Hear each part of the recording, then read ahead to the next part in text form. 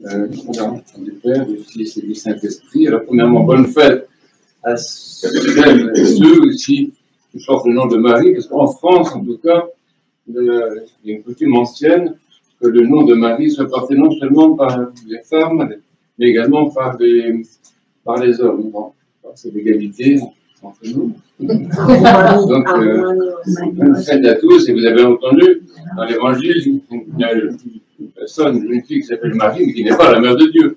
Parce que le nom de Marie, Myriam, dans les milieux hébreux, sémitiques, c'est un nom répandu tout le temps, archi fréquent, si vous voulez. C'est un nom très très important qui correspond en fait à l'esprit même du judaïsme. Qu'est-ce que c'est que l'esprit du judaïsme? C'est de travailler toute sa vie, tous les jours, pour arriver à la vision de Dieu. C'est ça l'esprit juif, c'est ça l'esprit de la Bible, c'est ça l'esprit de Moïse. C'est très simple. Et Marie, ça veut dire justement celle qui voit Dieu. C'est pour ça que ce nom est extrêmement répandu dans le milieu biblique et sémitique. Donc, c'est pas mal. Deuxième communication que je vais vous faire, c'est vous rappeler que, en fait, aujourd'hui s'accomplit le cycle liturgique. Hein. C'est intéressant, c'est qu'en fait, la fin de l'année liturgique, pratiquement, c'est dans une fête de la Mère de Dieu. Et ça, pour tous les chrétiens comprennent ça. Pour tous les chrétiens comprennent que c'est la Mère de Dieu qui est la norme du salut. On me dit, mais non, c'est le Christ. D'accord, je savais, merci. Je suis d'accord avec vous. Et sur notre plan à nous, les êtres humains, vous et moi, la référence, c'est la Mère de Dieu. Parce que la Mère de Dieu représente ce que l'être humain peut faire. L'être humain peut faire. Avec sa liberté, avec la grâce de Dieu, avec la culture biblique, avec l'aide des saints, l'exemple des saints et des justes. La Mère de Dieu représente ce que l'homme peut faire. C'est assez important. Et ça, c'est très typique aussi de la mentalité des pères, d'avoir présenté toujours la Mère de Dieu comme celle qui représente ce que l'être humain, s'il croit en Dieu et s'il utilise sa liberté de manière intelligente, peut arriver à réaliser, c'est-à-dire la sanctification de sa vie. C'est pour ça que l'année liturgique se termine de cette façon-là, et comme vous le savez parfaitement, l'année liturgique va commencer, pas exactement, mais à très peu de choses près, par une autre fête de la Mère de Dieu, qui est le 8 septembre. Et c'est ce qui veut dire que l'année liturgique, là aussi, pour que tous les chrétiens comprennent ça, l'année liturgique est marquée dans son ensemble par un cycle propre du cycle liturgique et le cycle de la Mère de Dieu. En fait, vous regardez ça si vous avez du temps, l'année liturgique est très très bien faite, c'était fait sous l'inspiration du Saint-Esprit. Et donc il y a un cycle christologique, c'est-à-dire les fêtes et les grands événements du mystère lié à la personne divine du Christ. Et également, il y a le cycle, on va dire martyrologique, si vous voulez, j'aime pas trop l'expression, mais apparemment le cycle de toutes les fêtes, tous les mystères, tous les événements liés à la Mère de Dieu. Et ces deux cycles tournent ensemble comme des roues. Vous savez, autrefois, il y a très longtemps, il y avait des montres, vous avez des montres, quand on était petits, des montres avec des rouages à l'intérieur, il y avait une grande roue, il y avait une autre roue, une petite roue, et toutes ces roues tournaient ensemble pour actionner en fait le mécanisme du temps et donner, quand on regardait, il y avait des aiguilles, comme ça, mais c'est longtemps, maintenant on ne fait plus, ça c'est fini.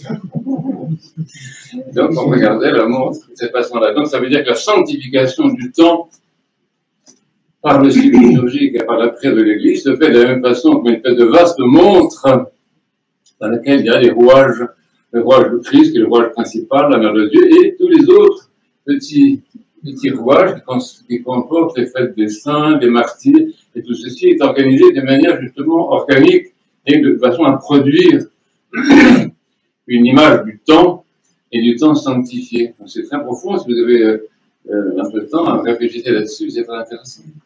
Ensuite, il y a un autre message, je pense, important à dire concernant l'exemple que nous donne la Mère de Dieu. Si on la met toujours en avant, pour les raisons que j'ai dit précédemment, mais ceci parce qu'elle nous donne l'exemple des manières de vivre. Qu'est-ce que c'est cette manière de vivre? C'est de remercier Dieu tout le temps.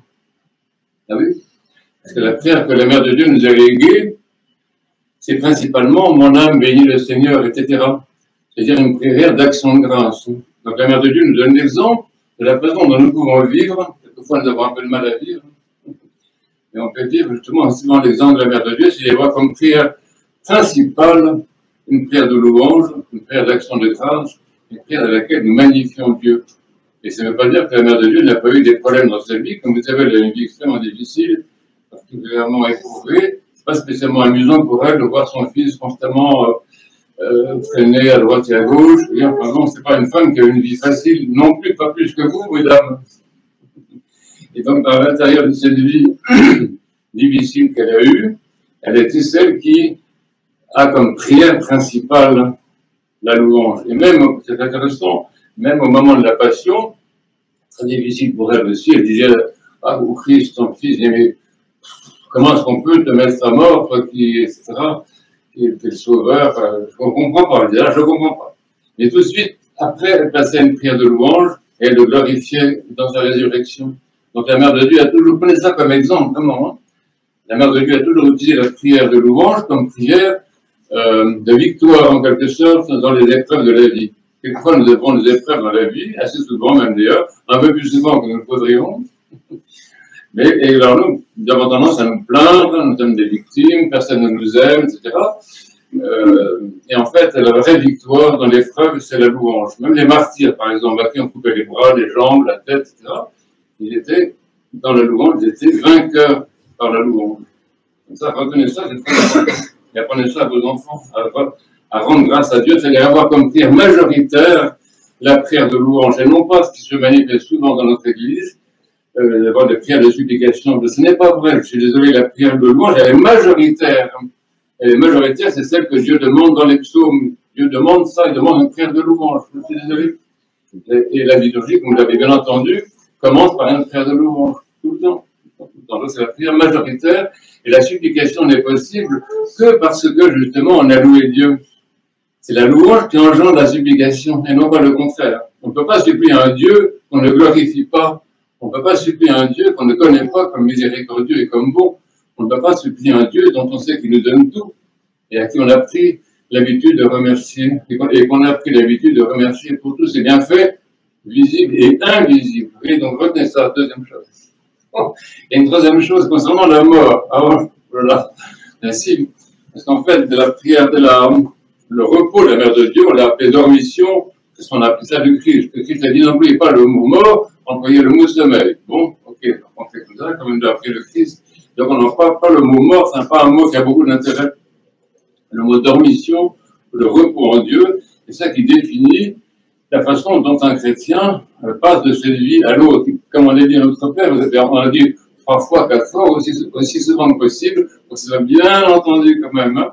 On dit tu vas de la vie à la vie, ou tu vas vers la vie, avec différentes traductions, ou tu passes de la vie, tu vas de la vie à la vie. Et pour nous, les chrétiens, c'est le même programme. Ce qu'on appelle la mort, ce que les gens qui ne sont pas au courant appellent la mort, ce que nous appelons la dormition, le repos en Dieu, c'est un passage de la vie à la vie. Ça, il faut prendre ça de maintenant. On ne sait pas, on peut mourir demain. On prend le premier. Donc, c'est assez tout de suite à avoir une certaine conception, en quelque sorte, du repos en Dieu. Voilà, c'est un passage de la vie à la vie. Si vous avez autre chose à proposer, vous dites tout de suite. Je pense qu'il n'y a rien. Il n'y a pas autre chose à proposer que ça. Passer de la vie à la vie. Et ça enseigne quelque chose qui est très important, surtout quand tu commences à te préparer à la mort, c'est très important. C'est de prendre l'exemple sur la Mère de Dieu.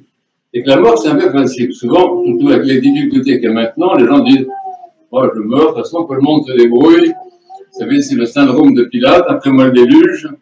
Et il y a des gens comme ça que je connais qui meurent en se disant « Bon, allez, que le monde se débrouille. » Et ça, ce n'est pas chrétien. Ce n'est pas chrétien du tout. Qu'est-ce qu'elle a fait, la Mère de Dieu? Elle n'a pas abandonné le monde. Donc le monde, la mort, même si c'est un repos, même si c'est un sommeil en Dieu, ça ne doit pas être une attitude égoïste. La personne qui dit je m'en vais, qui se débrouille. La Mère de Dieu n'a pas fait ça du tout. Ceux qui meurent, les saints qui meurent, sont des saints qui partent avec le souci du monde. Et c'est ça, c'est très intéressant. Même des petits-enfants. On prie beaucoup pour ces innombrables petits-enfants qui sont massacrés tous les jours, à 3 mois, 4 mois, 6 mois, avant, après. Enfin bon, le grand scandale de notre époque, comment dire, l'infanticide légalisé, c'est un grand truc du XXIe siècle. Ah, c'est pas mal, ça oui, on est fiers.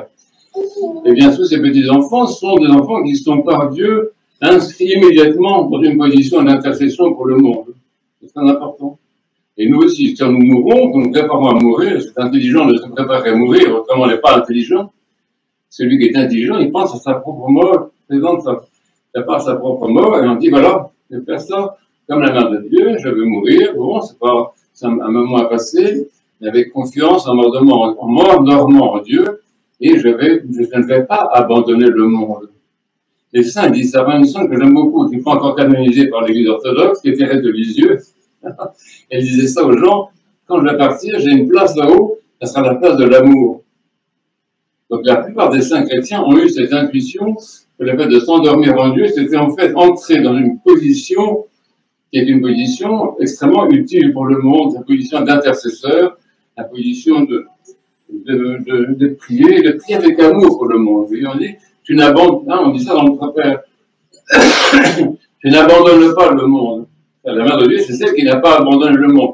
Mais il n'y a pas qu'elle. On la donne comme exemple, et on sait que beaucoup de saints, justement, ont la même attitude de ne pas abandonner le monde. La mort, ça ne doit pas être une trahison du monde. C'est pas humain de faire ça. On ne meurt pas pour. C'est pas une trahison des vivants, trahison de ceux qui souffrent, trahison qui s'abandonnent. Non. La mort, c'est une entrée dans une position particulière de soutien du monde et d'un très grand amour pour le monde. Je pense que ceux qui s'endorment en Dieu, comme la mère de Dieu, comme des gens très justes, très purs, très évolués aussi, très cultivés par la parole de Dieu, ces personnes-là, ils entrent dans le registre de l'amour universel. Ils rentrent dans ce registre divin, incompréhensible, illimité, inconditionné et inconditionnant, sans cause, totalement gratuit, l'amour universel pour tous.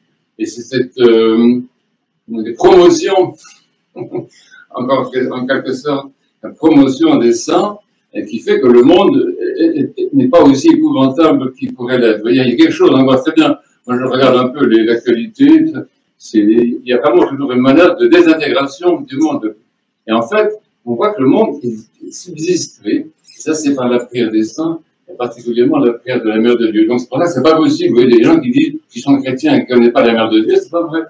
C'est pas vrai. Tu ne peux pas être chrétien si tu n'as pas cette connaissance de la Mère de Dieu et de tout ce que ça implique. Non seulement qu'elle nous a apporté le Christ, que sans la Mère de Dieu, il n'y a pas d'incarnation, c'est extrêmement simple, bon, mais surtout le fait que la Mère de Dieu donne ces exemples que je vous ai rappelés, le contenu à l'instant.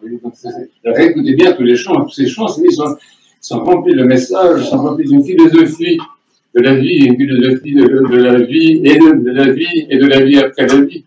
Et c'est ça, il faut aller vers l'endormissement avec une certaine impatience, une certaine conscience, presque un professionnalisme. On meurt pas n'importe. La mort, c'est pas un accident, vous voyez.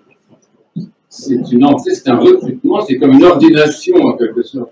Donc on se prépare à ça tout le long de sa vie pour que ce soit un état dans lequel on va être encore plus utile au monde qu'on a pu l'être dans cette vie-ci. Bon courage. Adieu.